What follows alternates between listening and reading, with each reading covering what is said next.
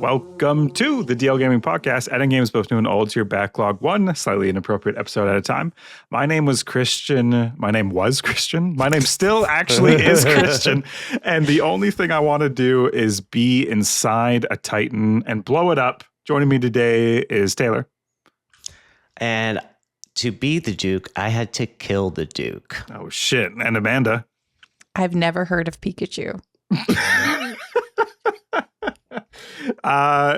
If you're not watching, which most of you don't, Amanda has 7 or 8 Pikachus behind her right now. So this and is a Pikachu t-shirt, yeah, and a Pikachu t-shirt. Okay, we'll get into that. I think there's a psychological reason. This week we're going to be talking about Metro Exodus, Battlebit Remastered, Angels Fall First, and The Witcher 3. But first, Taylor, what's new in your head? So to continue the ongoing Crafton saga, I think we can probably say it's at its end. Crafton has officially settled the dispute. They paid the $250 million to the devs, and the CEO has now stepped down. Wow. So I think it's crazy. AI, is this the biggest effect AI has had? Like, not the biggest effect AI has had, the biggest story of how much an AI mistake has costed a company. Like $250 million and losing your job as CEO. That's got to be pretty big, right? I feel like it's pretty up there until we start seeing stories of like companies that just like forgot to set an AI limit on their employees, and like they got a $500 million bill or something. But this is the one. Yeah, I think this is it. Okay, cool. Are you familiar with this story, Amanda? Yeah. I've definitely seen bits and pieces of this in the news, but I haven't delved too deep into it to learn the myriad, parts of it. The highlight is Crafton for Subnautica 2 had signed this deal with the developers that they get a $250 million bonus if it reached a sales target. And the CEO decided that sounds like a terrible plan. We're going to lose money doing that. And he used ChatGPT to try and figure out a way out of it. And then his lawyers were like, no, that's a terrible idea. Don't do that. And he was like, went back to ChatGPT and kept going. And then he decided to not listen to his lawyers, use what ChatGPT said, and not pay the bonus, and then got sued and has lost. So yeah, I knew all about everything except the role the AI played in this. This is nuts. Yeah. So I guess when you came in and started talking about Crafton and AI immediately, I was like, oh, maybe this isn't what I think it's about. And then no, it is. But apparently AI, wow. Yeah. It's pretty incredible to be a CEO. I don't know. Sometimes I try and put myself in people's shoes and just go, what state of mind would I have to be to make this decision? And like, if all the lawyers were telling me, but I was having a conversation with ChatGPT, which, by the way, it's not like a secret that it's not reliable. It's not right. Or that it doesn't try to please you constantly. Yeah, it's like, this is just known facts that like everyone knows except the CEO of Crafton, who has a very important job and is in charge of a lot of people's livelihoods and money, apparently. I don't know. Okay, is there anything else, Taylor? I did read an interesting article about some Suicide Squad kind of like lead devs that said during the development of that game, they like felt like they wanted to quit the industry. It was such a bad experience. And eventually they have now started their own Kickstarter. 2 of them have started their Kickstarter for this tiny little game that they're making. And the main thought that I had was like, maybe we should come up with some form of place to gather some of these interesting like industry articles that we sometimes talk about. Okay. And just have them, but listeners can post them in there too. And I don't know, I feel like we could get a more cool section for that. What do you think? A cool, like a spreadsheet, or yeah, sure. Let's I don't start. know what the form will take, but yeah. So I mean, we could do a Notepad++ document. Like people leaving big companies and starting something on their own and just keeping track of everyone who's doing that, basically. Yeah. Okay, I think that's a decent idea. I had this thought that since there's so many layoffs happening in the games industry year after year, that all these people that have exit packages that in some cases are quite good, maybe will sort of get together and start their own thing, and we'd see like not even a resurgence of indie. I mean, indie is the surgence, indie is the forefront, but a lot of like interesting ideas in the death of AAA, like that will sort of float from the top. I don't know if that's going to happen or if that is already happening, but it would be cool to keep track of everyone who's left a big studio and is starting something on their own, and then how that thing goes. Like how it turns out. It'd be like a time capsule. Like we open it 5 years later. Like, what happened? Okay, I like this idea. Good. 100% agree. Amanda, what's new with you? Well, a lot of folks probably have been thinking about physical media in the wake of PlayStation's big announcement that they're going to no longer be producing discs after 2028, I believe it is. And as someone who is a physical collector, obviously, like it's different decisions for whatever I'm playing video games on, right? Like as many of your listeners are probably PC focused, so the thought of a physical PC game kind of went out of the window, years and years and years ago. Yeah. I still have my beautiful World of Warcraft box sets for up to Wrath of the Lich King, though. So those are hot commodities in my home. But other than that, though, I have been slowly making my peace with like the digital movement, despite the fact that I really do love having video games on my shelf. I like looking at them. I seriously can spend like hours staring at my bookshelves full of video games. I'm like, wow, look at this. So nice. But I love the convenience of, putting, not having to put something into a disk drive.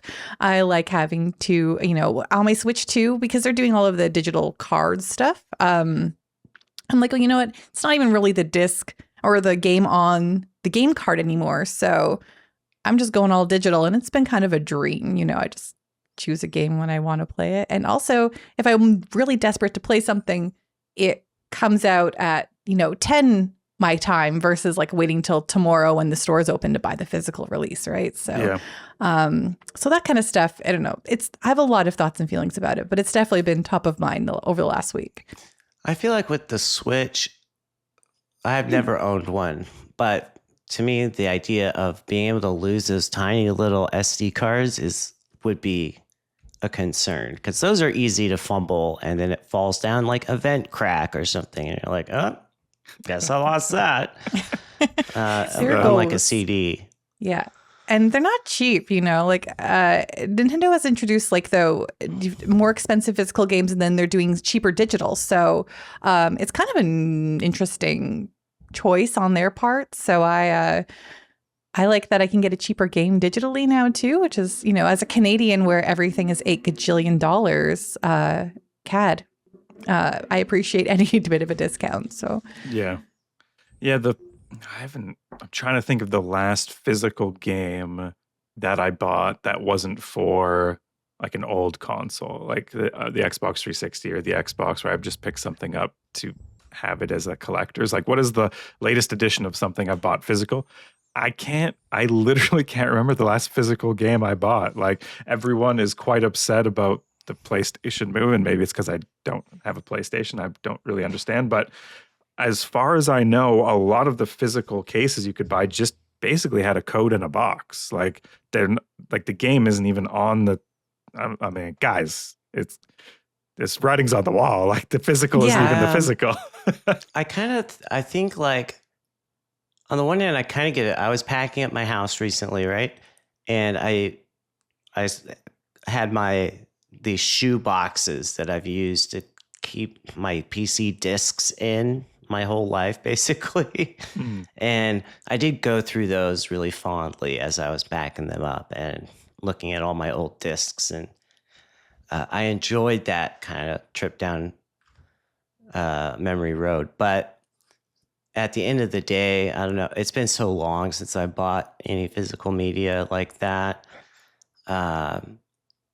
But yeah, I definitely might have a different opinion if I owned a PlayStation.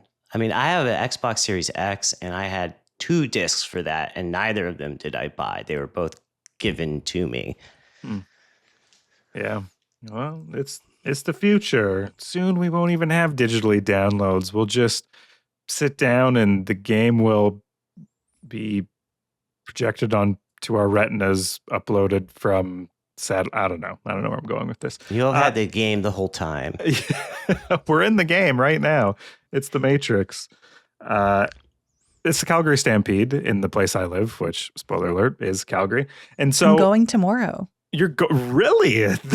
That's epic. I live so close. I can hear the Coke stage. We have a mutual friend who we used to work with who's opening for Our Lady Peace. Tomorrow. That you'll be there? I'll see you there. That's when I'm going. I totally want to catch the concert. Perfect. Yeah. I just have to walk across the road 3 minutes and I'm there. It's going to be great. So I wanted us to rate some common carnival games because, of course, Calgary Stampede is like any of these traveling acts. They have all the same rides, all the same carnivals. So I have 3 tiers. S tier, which obviously is the best. And then will play if intoxicated tier. So WPII. And this is on anything, mushrooms, alcohol, whatever. And then F tier, will never play no matter in it. I will never do this.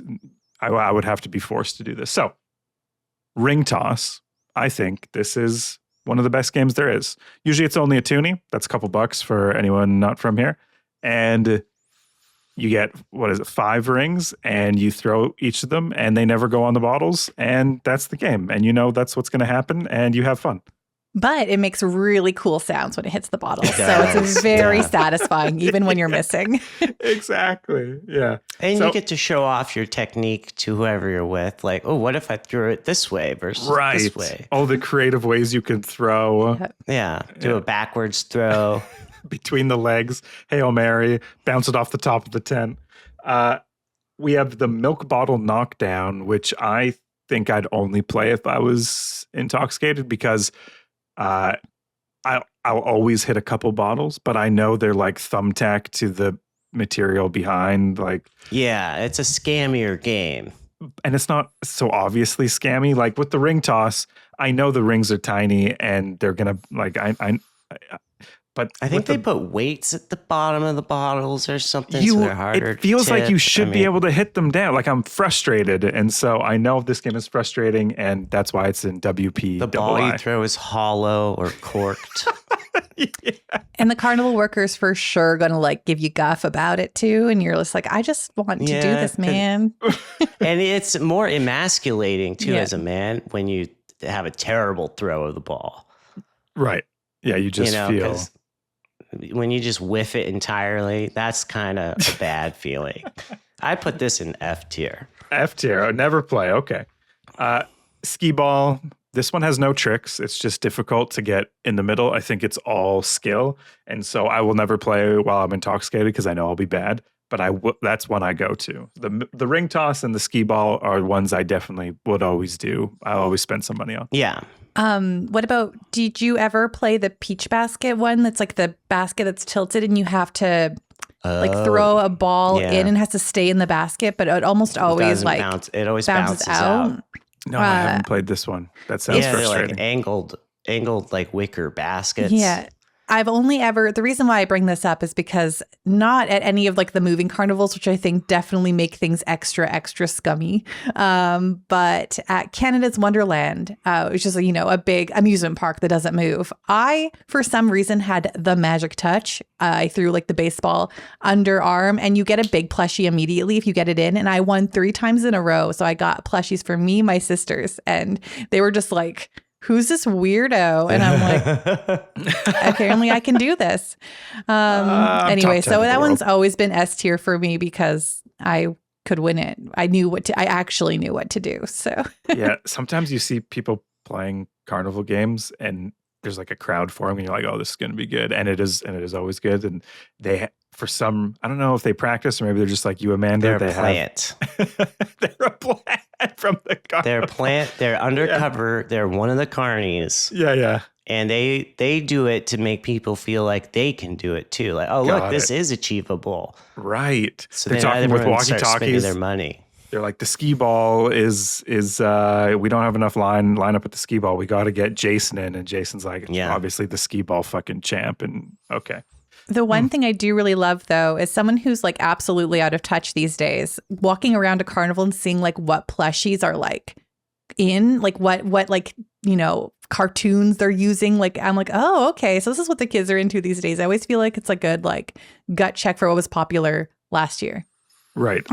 What are the little yellow guys with the big glasses? What are they? Minions? Yeah, the Minions. I think Minions are out for my cursory walk around Calgary Stampede. And there was a time where it was only Minions. All Minions. Mostly Minions. Yeah. Yeah. I have other ones here. Frog fishing, armbar hang, dunk tank, balloon darts, and the big hammer smash. And then there's a new one. I saw him last year. Maybe he's always been around, but I just never noticed. But it's this guy who guesses your weight and age. Oh, that's been forever. That's been forever? Those have existed forever. I maybe it's a plant, but I sat through a couple people going up to him and him guessing correctly. And I was like, what? How is those this? guys are really good at it. They're really good at it. I have no idea what anyone weighs, by the way. After having him guess, I could not guess. Like, I think the rule is he has to guess within 5 pounds, and he did it both times, and he got their exact age. Anyways, that was crazy to see. Do any of these stand out to you guys as S tier or F tier or strong feelings? I like the hammer smash just because it's fun to swing a sledgehammer around.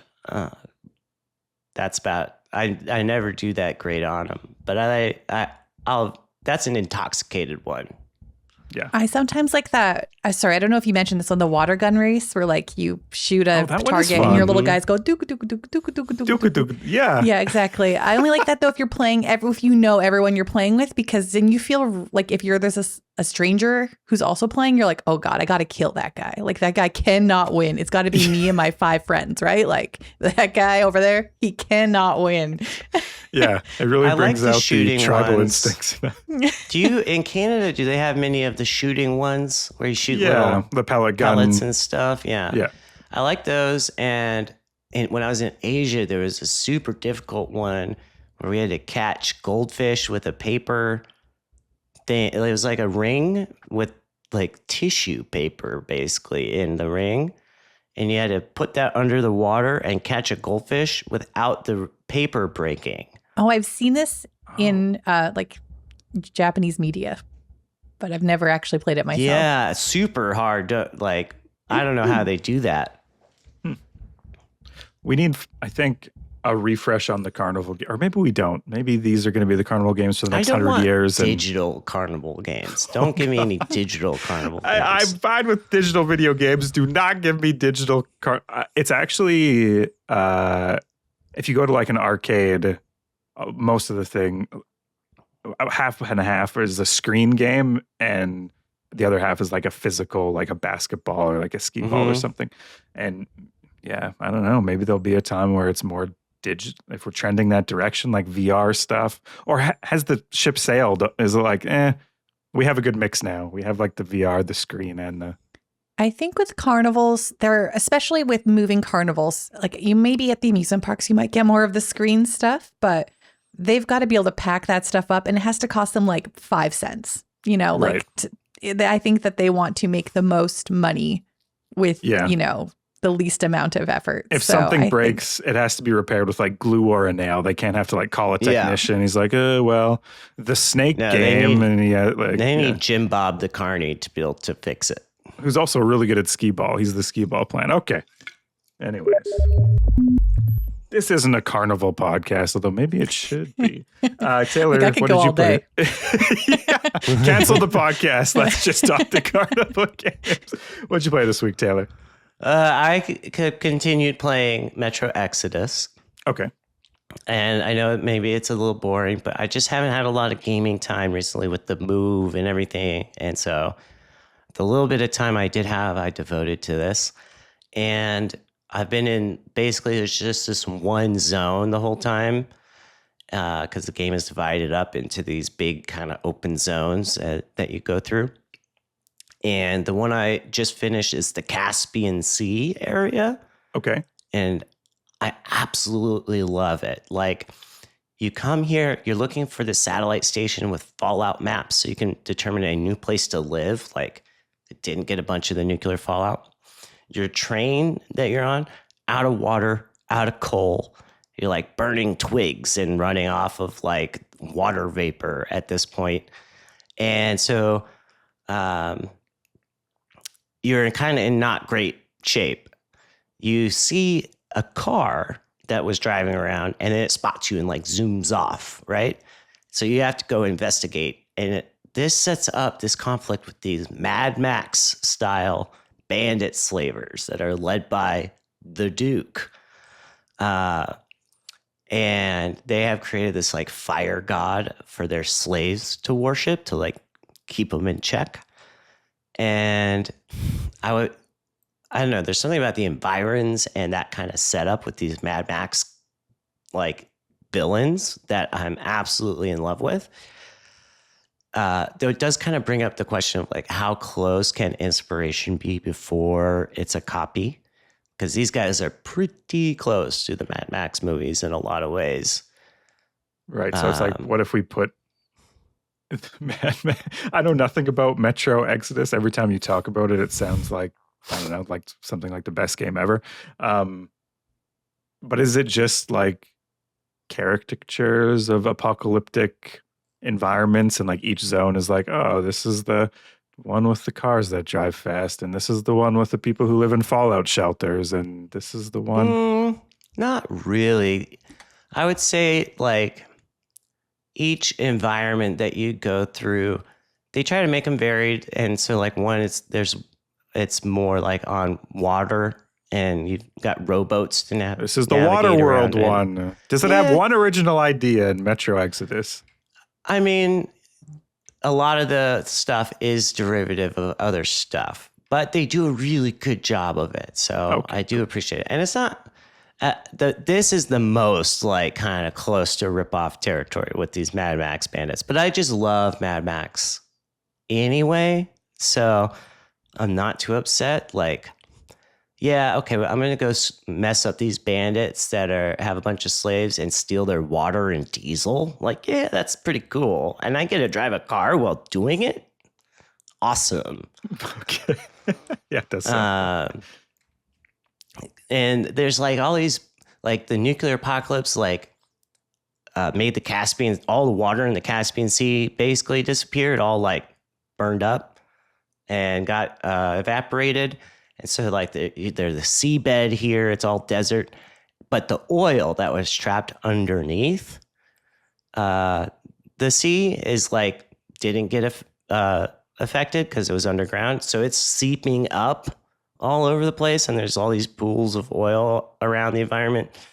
And it's like shooting geysers of flame up every so often.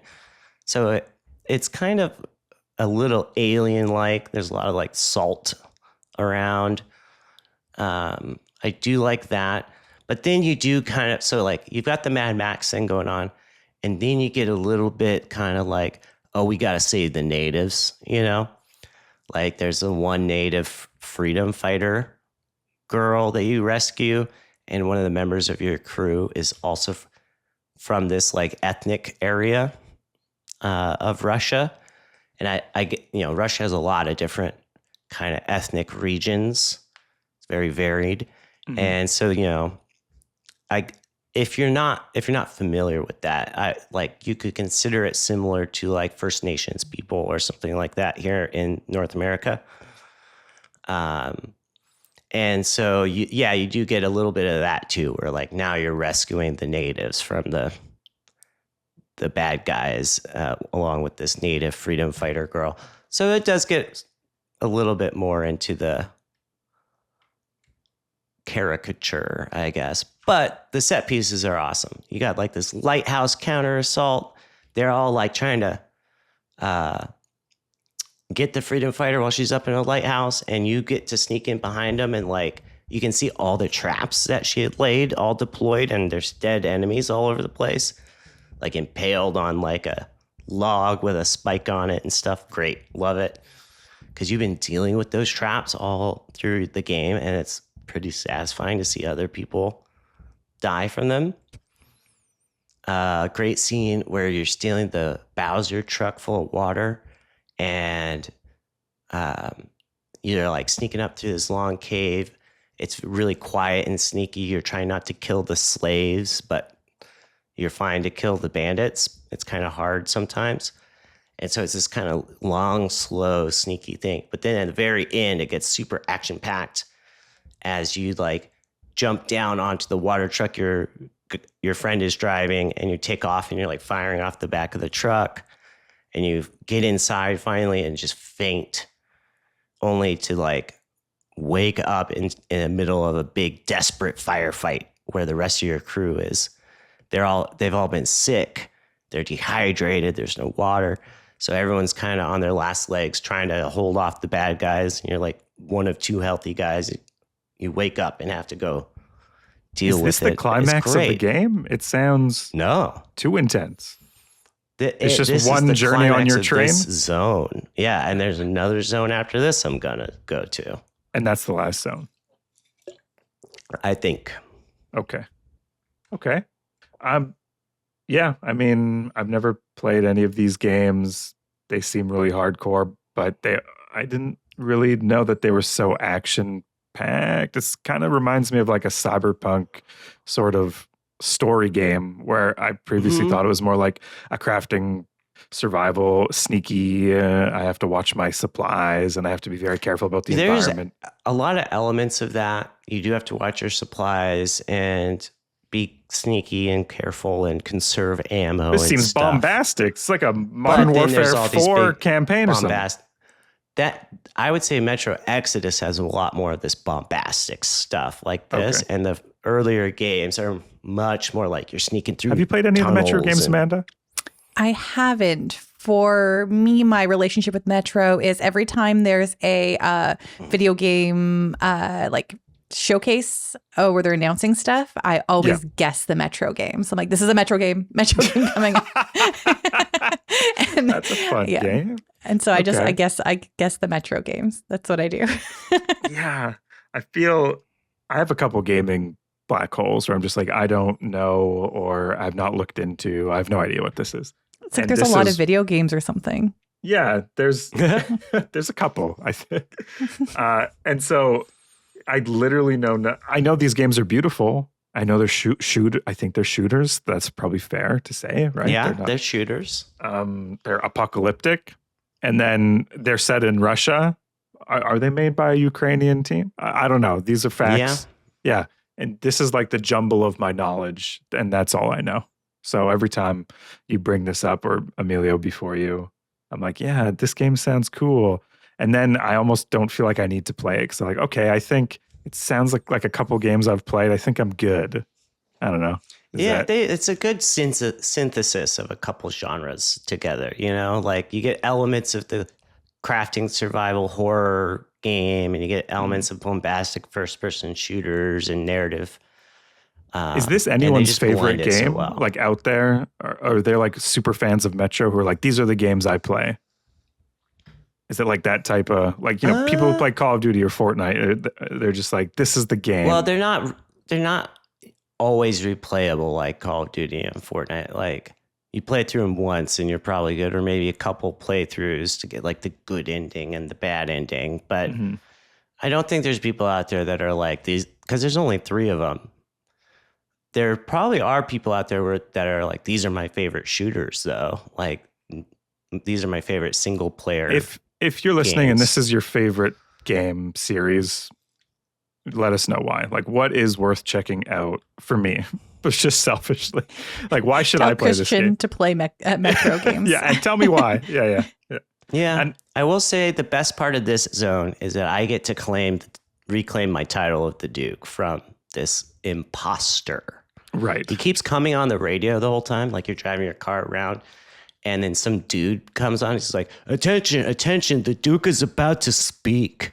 Attention, the Duke is speaking. And then he comes on with this like weaselly voice. He's like, hey guys, like, you guys are doing such a piss poor job of managing these slaves. And oh, dude, I hated that guy so much. And being able to reclaim that title as the Resident Duke felt really good. I wanted to get rid of this smarmy guy so bad. Okay. See, this just sounds like this sounds like a Far Cry game. I'm like, oh, this is what they do in Far Cry. Some guy comes over and you're like, I hate that guy. He sounds like an asshole. A game I also haven't played and know very little of, other than when people talk about it a little bit, is The Witcher 3, which, Amanda, this is what you've been playing? It is. So if you don't know me, and I'm guessing most of you do not, I have a very unhealthy fascination with Japanese RPGs. So I'm usually playing a lot of silly anime games, but I like to, cleanse the palate. I just like video games in general, right? So sometimes, I'll play a big RPG, then I play a little game. And I just finished a big epic anime game. And I'm like, okay, I need something different. I can't think about waifus and, all of this stuff right now. I want something different. And so I was like, well, I could go play World of Warcraft, which is something else I'm playing at the moment. And I was like, or I could just sit on this couch and do nothing like that, like sitting at my PC. And I was like, what do I have to play that I don't have to get up and put a disc in for? And I was looking on my PS5 and sure enough, there was The Witcher 3 all installed and ready for me. And I was like, I played The Witcher 2 and I loved it. When The Witcher 3 came out, I was like, yeah, except at that point, my PC was not able to handle it. And I did not yet have a PS4. This is how old this game is. So I'm just catching up now. So I was like, I guess, I just kept putting it off and putting it off and putting it off. So finally, I'm like, you know what? Now's the time. It's right here. It's just glowing at me like, play me. Geralt of Rivia was like, now's the time. And I was like, okay. He's so persuasive. He has that smile on the cover. Yeah, wait, those cat smiling, eyes. Right? He doesn't really smile. I don't think the man's he's a big smiler. I know him as a big smiler. And I'm like, you know what? I'll start this, and if I'm not like snagged into it, I'll just do something, then I'll go play World of Warcraft or something like that, right? And I was alone that weekend, and I proceeded to, as the kids say, no life Witcher 3 over the course of a weekend. Like I played like over 20 hours in one weekend of The Witcher 3. So very nice. And mathematically, that's about half the available time of the weekend total. Yeah. I think I only stopped playing Witcher 3 to tend to my dog because he has to eat and use the bathroom and stuff like that. So tended to him and also to eat myself. So otherwise. So yeah, needless to say, it sucked me into its very immersive and cool world. Cool is the wrong term. It's a very bleak world of The Witcher. It's not sunshine and roses. But I really am enjoying it a whole heck of a lot. The story is exciting. I had no idea. I'm not up in the Witcher lore. I don't watch the TV show. I only have played The Witcher 2 at that point, and at that, Geralt doesn't have his memory in that, spoilers or whatever. And you get it all back at the end of that game, but I actually didn't beat it. So when I came into The Witcher 3, I was like, what's going on? Oh, okay. And they do explain it to you, actually. And this is everything that happened, because I think they assumed you never played Witcher 1 or 2, right? Yeah. But, I do remember all the main characters. I remember Dandelion and Triss and everybody like that. But I'm like, okay, I'm in love with Yennefer, and that's how we're going to do this. And except, women are always throwing themselves at me. What am I going to do? I'm Geralt of Rivia. They're like, so you want to get down? And I'm like, okay. Sure. Oh, when you put it that Geralt, way. Yeah. I'm Geralt. I smile all the time. Yeah, it's the smile that really draws the ladies in, I think. It's so true. Anyway, the world is really fun.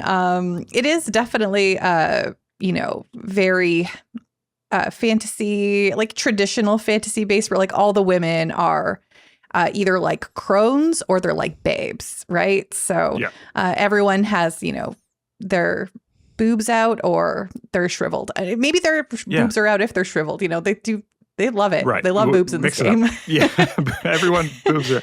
Yeah. Amanda, when I played Cyberpunk the first time, I was like, why did they make everyone so hot? Like, this is like everyone walking around. It was like you're walking, I don't know, you're in the back of the Moxies where they only sit the beautiful people or whatever. And you're like, why is literally everyone? And then I recently played. Model hot.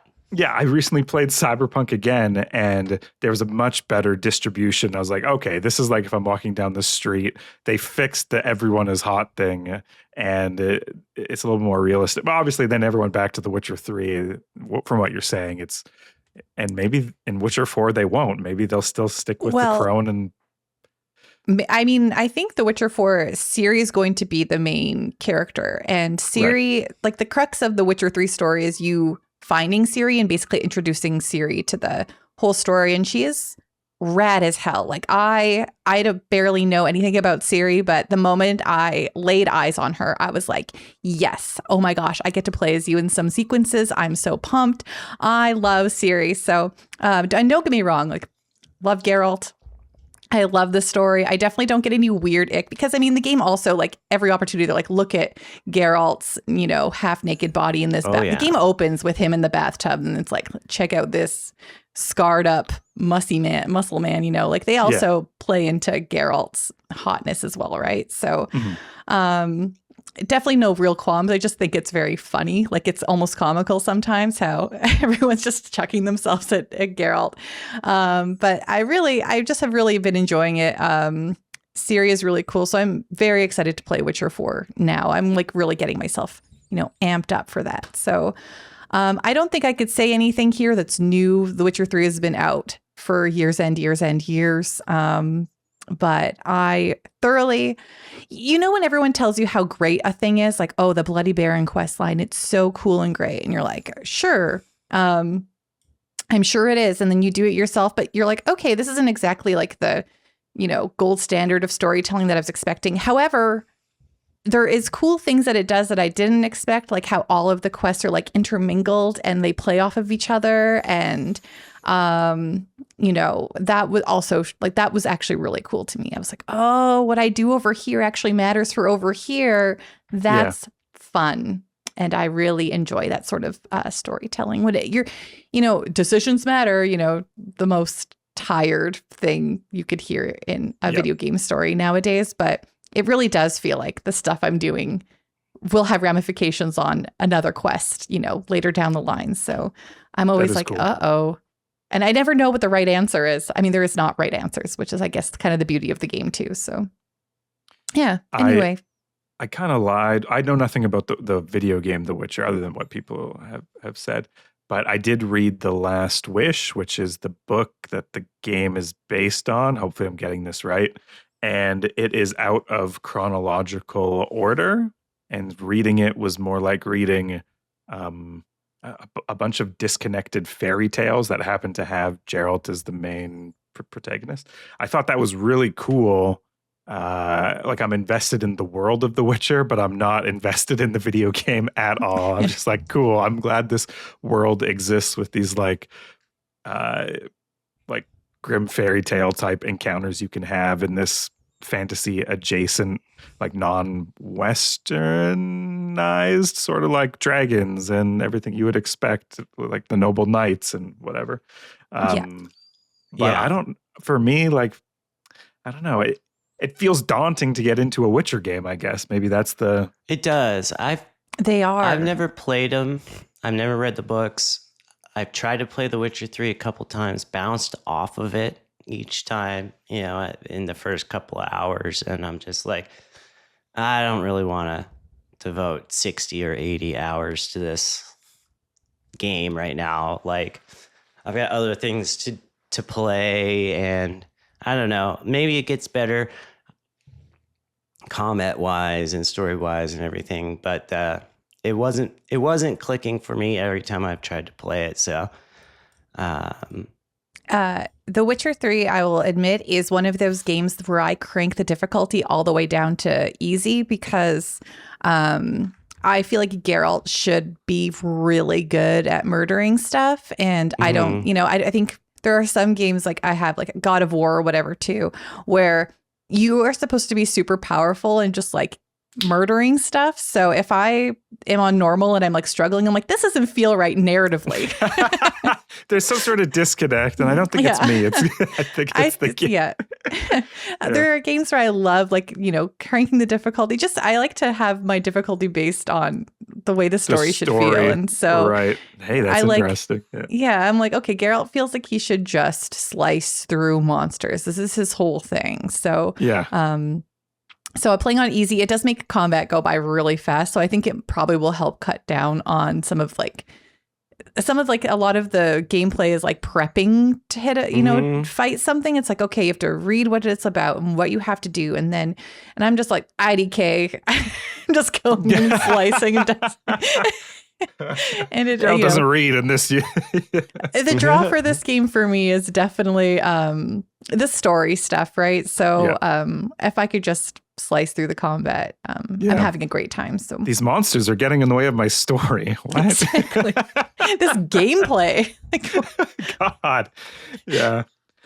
Cool. This week I went on a bit of a quest. I had a hankering to fill a Battlefield 2142 hole sized in my heart. And for anyone out there who is maybe a sane person and didn't spend their formative years playing Battlefield 2142 and have no idea what this is, it was released in 2006.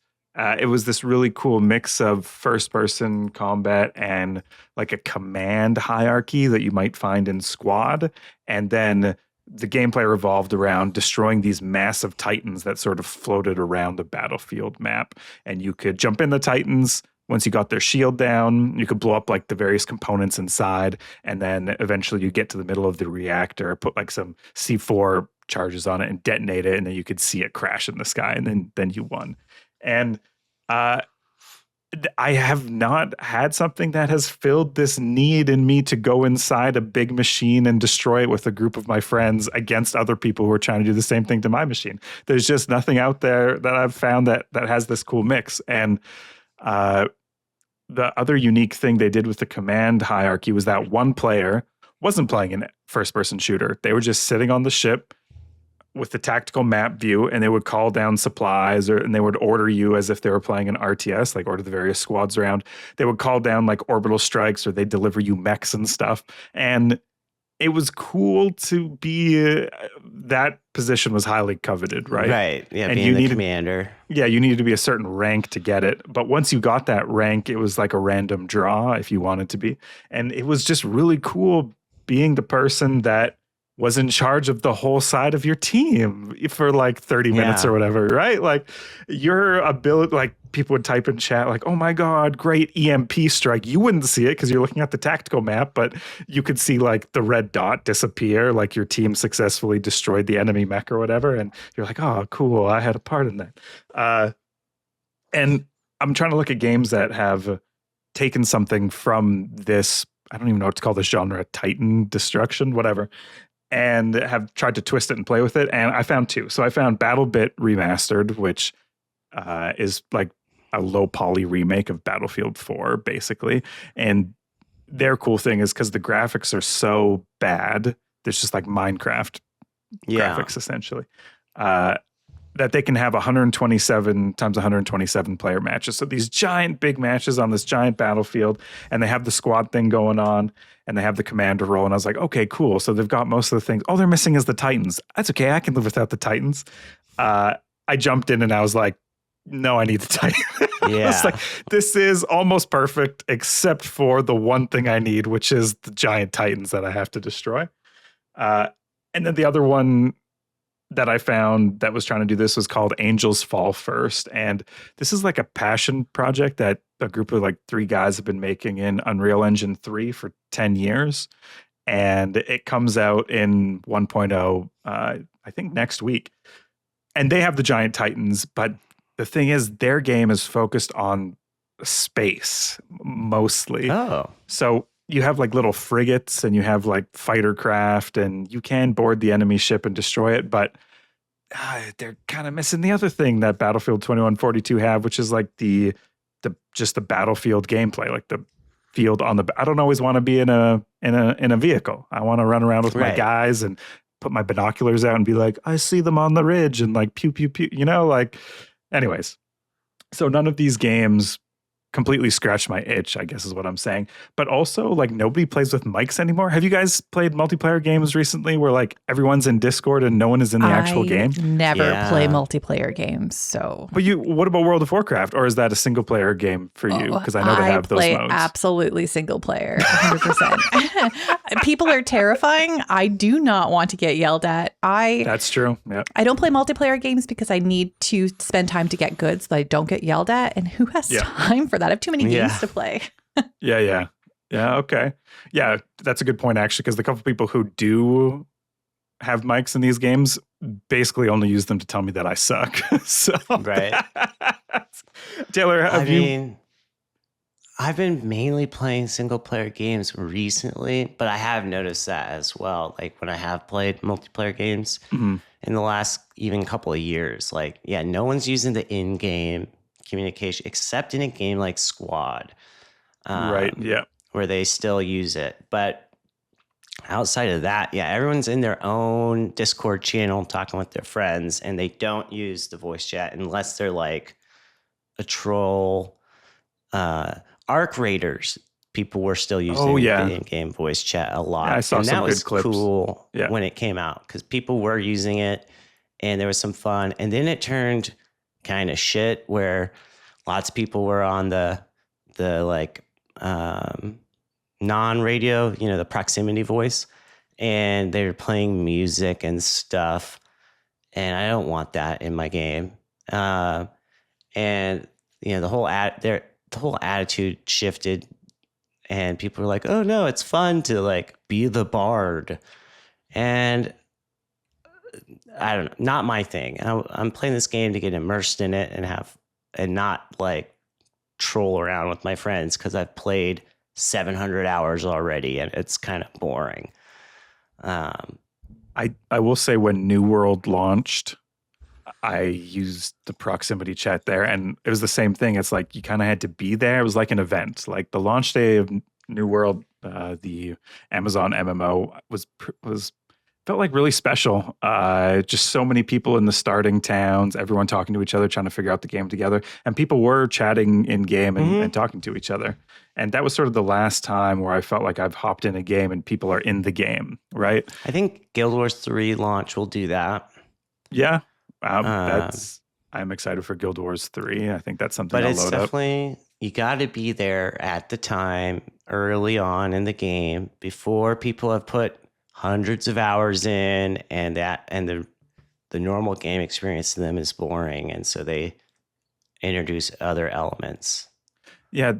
So in 2006, when I was playing Battlefield 2142, like, I am hunched over a shared computer in our house, shared by 6 people.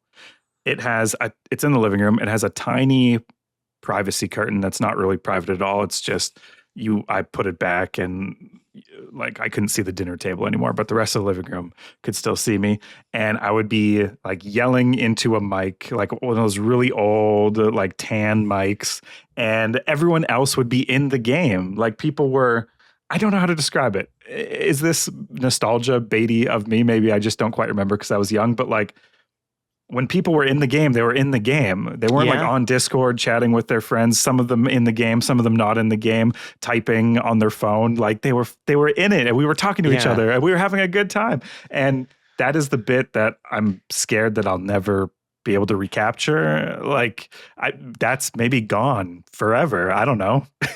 I think there's some truth to that, partially because back then in 2006, most people didn't have computers that could run other programs along with the game, much less you had one monitor, Spotify streaming, and you had one monitor, and there's no Spotify streaming, there's no Discord or anything like that, so everyone was just engaged in the game because there wasn't other stuff to do. I'm excited for DLG Con because it's been a long time since I've had like a good LAN experience with everyone playing a game together, even if it's just we're all on our Steam Decks and doing something. But I think Battlefield 2142 wasn't just a game, it was a time. And I think I have to put these games on the shelf. Thank you, Battlebit Remastered and Angels Fall First. But even if you were an exact replica of Battlefield 2142, just modernized, it wouldn't. The time is gone. Nothing will scratch this itch. I'll have this hole forever. The only way to find that is to either find niche games where people are still into that, or these communities. There are definitely communities out there for various games where people take it more seriously and are in the game. See, I'm a dad. Like, I don't have time. Right. You don't have the time to go. Because that's why I wasn't going to play Squad, because I know I've played Squad before. I know how it is. Join the Discord, then you join the company, then you have to do like a training thing. Like, if you're really getting into it, they are checking to make sure you are hardcore enough, essentially, to be a part of this group. And then you're in it. Online is like that too, where it's all dads, but they're dads of adult children now. They're all 65-year-old dads. You have like 14 years before you can be that dad. And your daughter has other things to do than hang out with you. So okay, so I'll start the clock now, and then in 14 years I'll go back to Squad to get this like tactical friendly experience where I feel like people are actually in the game. Yeah. Anyways, that's what I wanted to talk about. I don't know, do you guys have any suggestions of games I could try that have this, like, I guess what I'm going for is I want to hop in a game and have the camaraderie of connecting with people who I haven't already met in the actual game. And maybe that doesn't exist. Fortnite.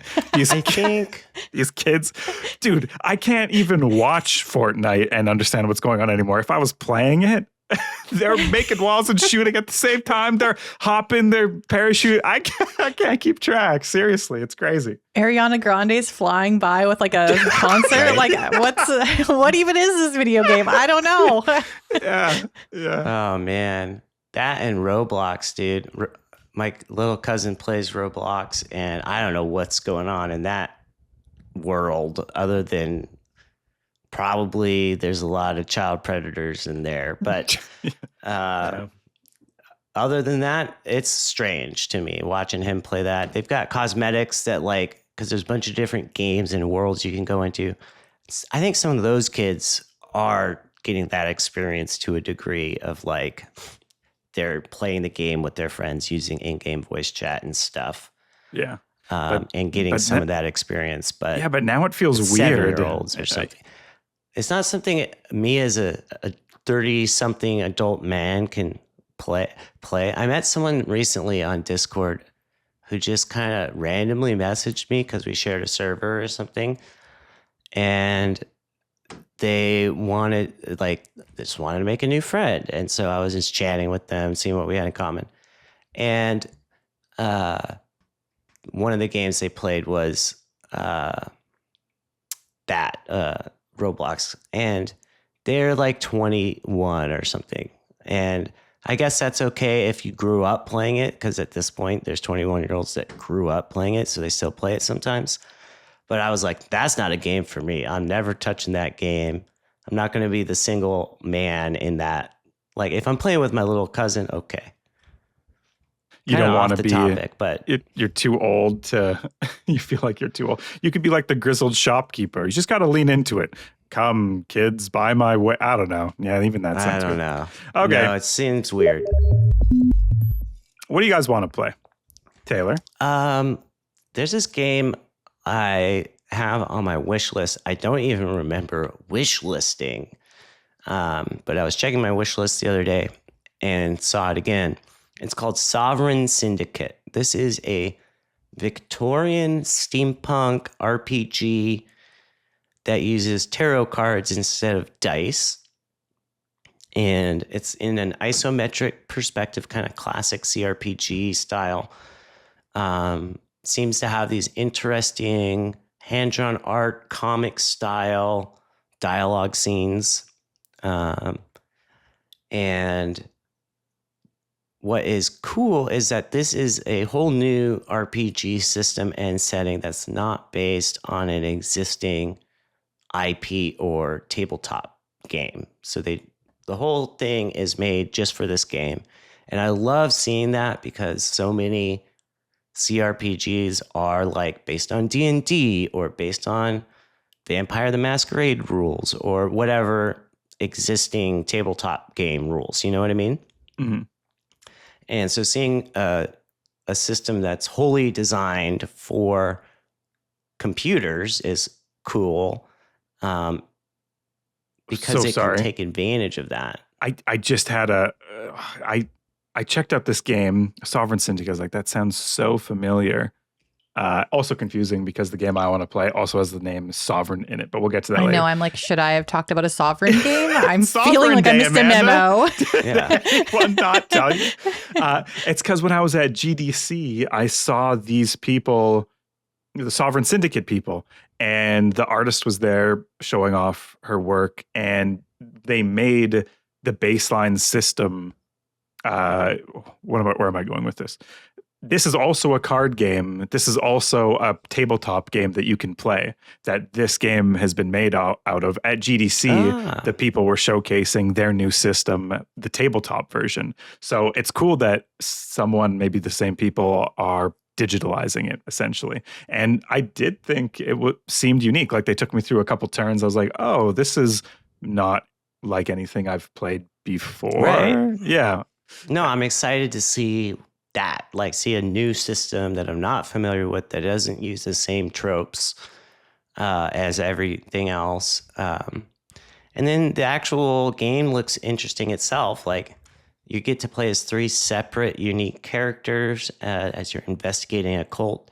So there's like a Minotaur magician in a top hat, a big round robot, and this human woman that gives off femme fatale vibes like crazy. She gives me like maybe she's a lounge singer or courtesan, or I don't know what her deal is, but that's like 3 times the role play opportunities, right? Because you get to play as 3 separate characters. I wonder how they meet up and cross paths. So yeah, I do think that the Victorian times and Victorian steampunk fantasy is a little overdone. It's becoming quite popular, whereas before it was like the cool twist on right. things. Yeah. Yeah. Like my dad is like steampunk and like has a cosplay outfit of it, you know? So this is, if your dad is, you're like, oh, I don't want to. Yeah. But it's... Wait, can we go back? What is this costume? Does he have like can you describe it? Like a telescope hat? He's got the top hat. He's got the monocle or something, the vest and attachments and stuff, like little gears and cogs. And okay, so this seems some kind of gun. Yeah. And a sword. Very typical. Okay. You know, nothing out there. But... yeah, I know there's been a lot of shows and stuff that are setting this with like fairies and whatever. And so I hope that they have their own unique take on this and it's not. No, dude. They have a Minotaur magician. I think we know exactly what this game is going to be. Yeah. Amanda, what do you want to play? Something that's not released yet, something that's already released, anything, just something I just want to play? Yes, Amanda, exactly. Yeah. Okay, great. Well, so I guess I could have talked about something that's already out, but a game that I am really excited about playing is Final Fantasy Resonance. They just announced it in June. They took, I think it was a mobile game, Final Fantasy mobile game called, I don't know which one it is, so I'm not going to say. I was like, Final Fantasy Brave Exvius or one of those two. There's like 50 mobile games. And then they are putting it into a single, like an actual, like removing the gacha and taking that first story and making it a game. Okay. Like on not to disparage mobile games, but you know. Yeah, fuck mobile games. I did a whole big investigation into gacha games a while back. Yeah. So when it comes, like, I would be extremely skeptical about this, number one, because and if it wasn't for the fact that Octopath Traveler 0 came out last December, and it's incredible, and I actually didn't realize that was based on the Octopath Traveler mobile game. Like, they actually just put it on this, like, on consoles after, but they took out all the mobile-y elements of it and just, like, made it a good story, like, RPG, right? And I was like, wow, this is really great. And so that same team is doing the same thing with a Final Fantasy mobile game that actually is no longer playable, and you can't actually, like, play that mobile game. So, you know, big win for people who care about game preservation, even across, like, you know, mobile stuff, because so many times, like, mobile games get taken off the market. And I'm not someone who will ever want to play a story game on my phone, like, ever. Right. Like, I like to play stuff that requires very little brain power, because I'm, like, waiting in a waiting room, and I'm like, I just want to play Balatro or, you know, something that's very simple. Like, I roll a dice in and out. I have Rome Total War mobile for some reason. They're like, I literally will never play this. Right? I know every time. Baldur's Gate 1 and 2 for my phone and never played them. Yeah, it's so hard. Like, I can't imagine, like, and without a controller in my hand for something like that, it doesn't ever feel right to me. And this is probably just a very, you know, I don't know if it's just because I'm old or whatever, but I can't imagine playing a full-blown game like that, like, on my phone. So getting to experience one of those kinds of games, but, like, they're good story and characters. It's the first, like, they're touting it as, like, the first return of Final Fantasy and turn-based with, like, an original story. And as someone who, you know, got into video games, like, I played video games as a kid, but I got into video games with Final Fantasy. You know, it became, like, a part of my identity with Final Fantasy. I'm very nostalgic for the series. So being able to play something in that HD 2D style that's true turn-based with a whole new story. It's not like a remaster. It's not something, you know, it's not putting out Final Fantasy VI for the 80th time. It's like a whole new game. So I hope it sells gangbusters so that Square Enix will continue to make traditional turn-based games, because, you know, Final Fantasy 16 is a visual spectacle, a feast for the eyes, you might say. But that's for the trailer. I saw that in the trailer. Exactly, yeah. But it just loses something that I don't know, originally came to Final Fantasy for. So I'm just excited for this Final Fantasy Resonance. You have a Final Fantasy sized hole in your heart, and it can be solved by a very specific type of game.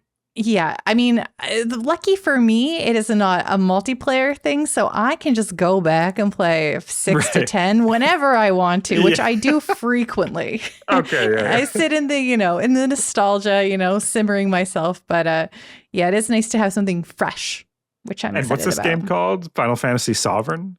Resident. I know. I was going to be like, so this is Final Fantasy Sovereign? No, Resonance. This is Sovereign Corner today, but. Yeah. My mistake. That sounds interesting. We'll see how it does with stripping the gacha out. I'm curious about how that works. Yeah, they did it. Thank you for bringing that up. This is like I had no idea that this is a way games could be made, like a mobile port, removing the mobile part of it. Yeah, they did it very successfully with Octopath Traveler 0. So I have full, like, faith in this now, you know, otherwise I would be extremely skeptical. So. Okay. Cool. The game I'm going to talk about is called Sovereign Tower. It's a narrative-based roundtable management RPG where you recruit some fairly eccentric knights and you try and steer your kingdom's destiny. So, like, for example, one of the knights is just a wolf and he communicates in awoos, and you can give him pets, and for some reason he listens to you and you can send him on quests. It's kind of a mixture of Yes, Your Grace and Dispatch. It has like a fun cartoony art style that's more in line with Dispatch, where the characters are all interesting, right? All extravagant, a little extra. They're playing on tropes, you know, like Flambe's the fire guy and he's really hot and he's hot, you know, like it's sort of that. But it also has the management style of Yes, Your Grace. So Yes, Your Grace is like this more serious narrative pixel game where you sit on a throne and you make decisions about your kingdom as people come to you with requests, and they're not always telling you the truth, right? If you can imagine, Right. you were a real sovereign and the peasant is like, You're the dragon ate, Rabbi. yeah, the dragon ate my bushels of wheat. And you're like, really? Did the dragon, or did you not plan for the winter appropriately, my guy? So you're making those sort of decisions, and you're sending the knights out to investigate, and you can fall in love with the knights, and the knights can fall in love with each other. So it's also like this romancing type game. I want to know if I can romance the wolf for no particular reason other than it's interesting to me. And all your knights have like these stat rolls that they are going to deploy on their journeys, and you can upgrade them with equipment and you can level them up. And there's depth to it that maybe isn't there in a lot of the traditional romancy type games. So it's got a little bit of everything. It's cool. It's new. The art style is interesting, eye-catching, and it has the word sovereign in it. So it is on my to play. What's your ideal eccentric knight? Like the crystal, not the crystal. Yeah, the crystal ball lady in Harry Potter as sort of a knight character who can is like really into divination, can see the future, is reading tea leaves, and is only right like 10% of the time, but is so like in that 10%, they're so right. So on, yeah. And you're like, oh God, how could you see that coming? And then 90% of the time you're like, well, you're clearly so wrong. Like there's nothing. That's my ideal. That's my ideal. Also, nights. like the big bottle goggle glasses, right? Exactly. Yeah. Like the Star Wars character in the new Star Wars, like Edna from The Incredibles, whatever. Like someone short with big glasses. Exactly. Yeah. I love it. Yeah, that's my perfect one. All right. Amanda, with no prompting or preparation, what's our community up to? So you asked them, what's an obscure game or dead genre that you love? Love the voice. Yeah. And so some of the answers that came back, this is right? These answers came back to you? Okay, great. You're so right. Yeah. So battle racing games like Twisted Metal, everyone wants to have some car carnage, as they say. Carnage. Yep. Yeah, carnage. Yeah. RTS shooters, that's real-time strategy shooters, like Command and Conquer Renegade and Monday Night Combat. Oh, yeah. Yep. MMO RTS, which is not a genre I think I ever realized existed. Their examples are Battle Dawn and Time of Defiance, games I have not heard of. Yeah, that has always been obscure and niche. There was never like a heyday for that. You guys don't remember when everyone was playing MMO RTS games? I do not. God. And then finally, the MMO shooter Rip Destiny. Was there other MMO shooters aside? Like, I feel like Destiny broke new ground. Or maybe there was like Destiny copycat. There's been a few attempts at MMO shooters, and none of them have been terribly successful until Destiny came along. Right. But I remember ones that were more traditional MMO style, like World of Warcraft, where you have abilities and rotations, but you just have guns, and you could shoot with them. Although they were so janky, like because of the ping and the latency. Yeah. There's one I remember. Shooting was bad. Tabula Rasa, and I think it lasted for 3 or 4 weeks. I remember that one. Yeah, sorry, that's like an ancient back of the mind memory. So I've got one, the MMO battle racing game. Oh, okay. There was definitely this game I used to play where it was an MMO where you controlled cars with guns, and went and destroyed other things and could do PvP against other cars with guns. And I forget what it was called, but I played that for like a year. I would have said for a really long time, pre-Stardew, I was so adamant that there was not a good successor to Harvest Moon 64, even like the Story of Seasons games that had come out after that. I'm like, they're not, none of these are it. Stardew Valley came out and I was like, God damn it, I wanted to make that video game. But also it ushered in a new era of the farming, life sim. Totally. That is now we're just disgusting amounts of those games. Yeah. So Yeah. I'm fed if I want to play one of The those. cozy genre has turned into a huge Yeah, genre. cozy games. Yep. Yeah. Yeah.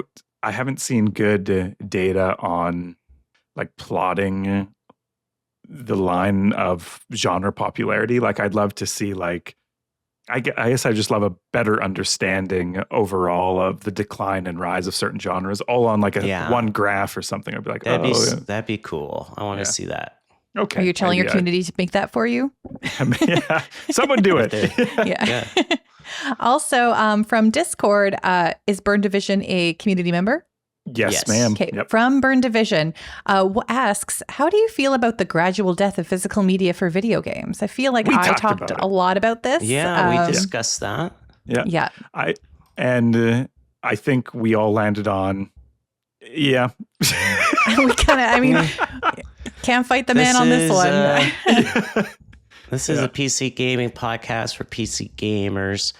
But I mean, I get the arguments against it for like physical media in general, like Blu-rays and CDs and stuff, for data preservation purposes, and this idea that now everything's ephemeral and licensing can be pulled at any point and things disappear and it turns into lost media and stuff. So I kind of get that view. But that's why we have piracy.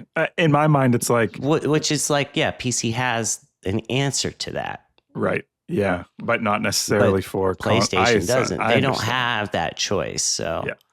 Also, like Sony had just pulled a bunch of movies people bought off of their accounts with like, sorry guys, you don't own these movies you bought anymore. Yeah, that stuff is scary for sure.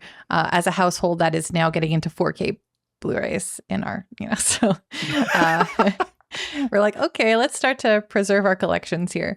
You have Rock Band. Like your house is a temple to physical preservation of media. It doesn't look like those houses that have the physical, when you go to people are look at my collection, there's like bookshelves of like games and there's like all that stuff. Like I don't have like that. Everything's kind of, neatly tucked away and looks like a house an adult lives in. The Pikachu. The Pikachu tower. Not to disparage also, the people who do have all that stuff everywhere, but I do like an aesthetically pleasing home. And so everyone is allowed one Pikachu tower, like if we're honest. Of course. Right. Yeah. Of course. Every home should have one Pikachu tower. So if you don't figure it out. You get it. Yeah. But I mean, we're going away from physical media. It's so hard. You have, and PC gamers, you guys have Steam, which is really great right now. Though I think that's the concerning thing too. Like what happens when Gabe, who lives on a yacht now, so he doesn't get, no one gets him. What happens when Valve is not Gabe Newell? What happens when private equity gets in there? Will it happen? Piracy. Right. I mean, that's what'll realistically happen. Like if Valve goes away and like everyone's libraries of hundreds of or thousands of games gets taken away, people will just pirate all that stuff. Yeah, absolutely.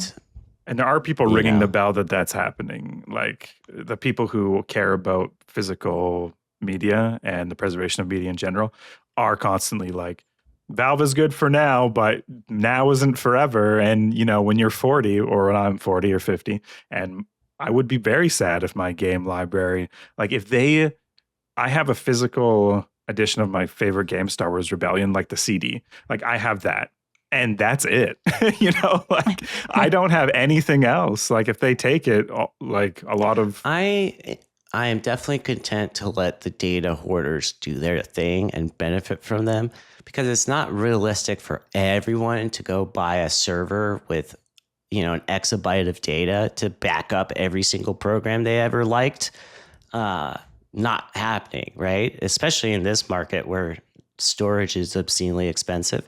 But there are people out there that just do that because they have some neurosis, I think, probably. But they are just backing up every single digital thing they own. Yeah. I think that's why Bobby started his own server farm. He's like, and beside my computer, I've set up a server farm, like towers and towers. We're like, what are you doing with it? He's like, don't worry about it. Yeah, I'm just doing stuff. I'm just backing it up. What? All of it. It. Yeah. One more comment, I think. Yeah. Yes, from Spotify user Disgustipated, which is a fantastic name, by the way. Disgustipated. Okay, so the way this is worded, I'm guessing, is this a correction or in reference to something you've talked about on a previous podcast? Let's see. Okay, yeah. Because they charge Western countries more for the same product, drugs, everything. If you move to Nicaragua, the price is lower for you. So I think this is in response to Amanda moving to Canada and having a different price. Not this Amanda who already lives in Canada. Yes, sorry. Other Amanda who also now lives in Canada. God, It's so confusing. It is. And talking about the price of games, American dollars versus Canadian decals. But I like for Steam regional pricing, like I feel like they try really hard to make sure that if a game is $8.99 in Canada, it's going to be $5 in the US, and it's going to be 40 Brazilian. It's really up to the publisher, I believe. But they have like a default. Well, they have a default pricing of regional. Like, what is the buying power of this dollar? And so what should the game be if it's $5 US, like the benchmark price or whatever? I don't think games are like crazily cheaper for me to buy if I went to like Nicaragua, because I would still be using unless I change the location of my Steam device, right? Like I'll always be using Canadian currency. When no I lived where in Vietnam, I didn't change my Steam to Vietnam. You had to buy it in US. Yeah. I kept it with US because I was using US dollars to purchase them from a US bank. Yeah. But if I had like set up a Vietnamese bank account, I guess I could have, and they would have been cheaper. Mm-hmm. I was in Japan in February, and games actually did like convert cheaper to Canadian dollars. Okay. In that case, but only because I think games are technically a little cheaper in Japan, especially Nintendo games. I know this is PC related, but I was buying a Switch game because they're not region locked and they usually have the English. So if you put your Japanese car into an English Switch, it will give you the English language version in it. Oh, so cool. It's very cool. Some games don't provide that, but most of them do. So I was able to get a really cheap copy of Octopath Traveler 0 for 50 of my Canadian dollars when it was still like 70 Canadian dollars there. Nice. Right. So the benefits of physical media as well.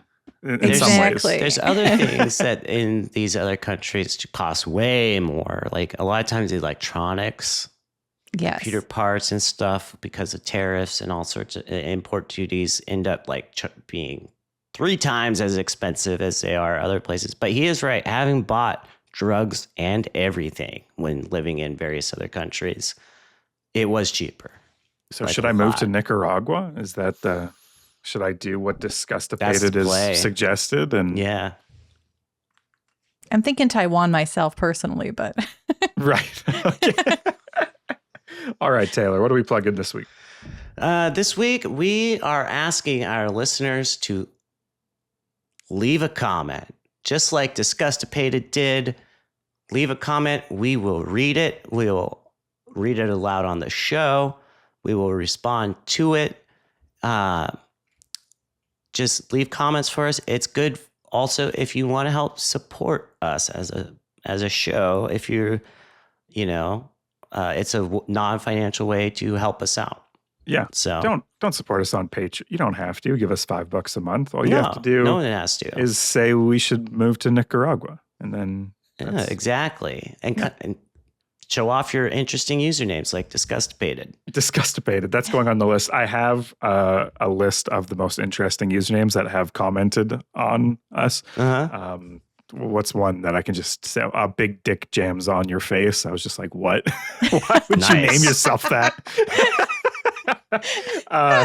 And a bunch of other ones, and across social media too. And, you know, when you get to Instagram handles, they can be creatively revolting because they can't be so explicit. Anyways, so Disgustipated going on the list for sure. Shout outs this week. So thank you, executive producer Truthbringer. You support us above the regular amount on Patreon. Thank you for doing that. DLG Con is completely funded. So everyone has paid their DLG Con cost. So it's officially, I mean, it was always official, but now it's officially funded. So that's exciting.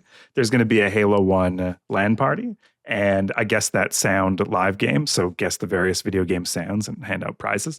Other than that, I'm just going to hang out and have fun at the house, do some drinking, do some eating, maybe a little exploration of where we're at in Calgary, which is Inglewood. It's August 21st. So if you're in the area and you want to make sure we do something, let us know and we can start to plan it.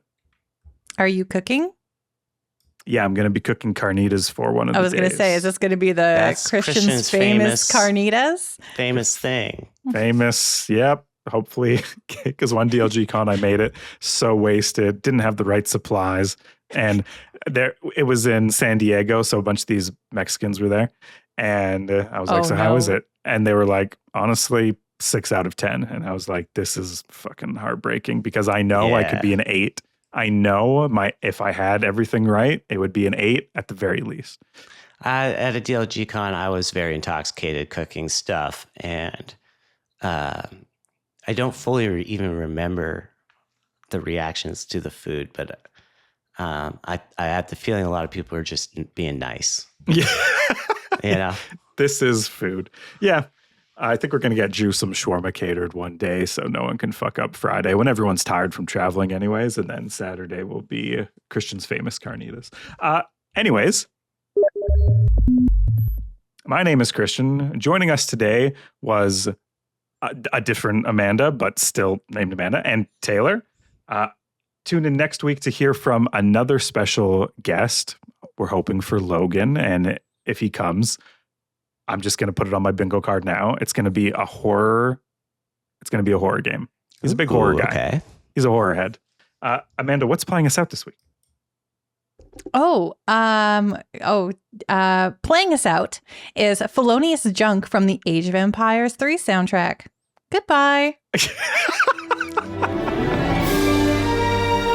Have you ever been a voice actor? I want to. Yeah, you should. Yeah. My sister has done voice work, and she was surprisingly good at hearing that voice is strange. Oh, sweet. Nice. Dude, great song. I want to hear more of it.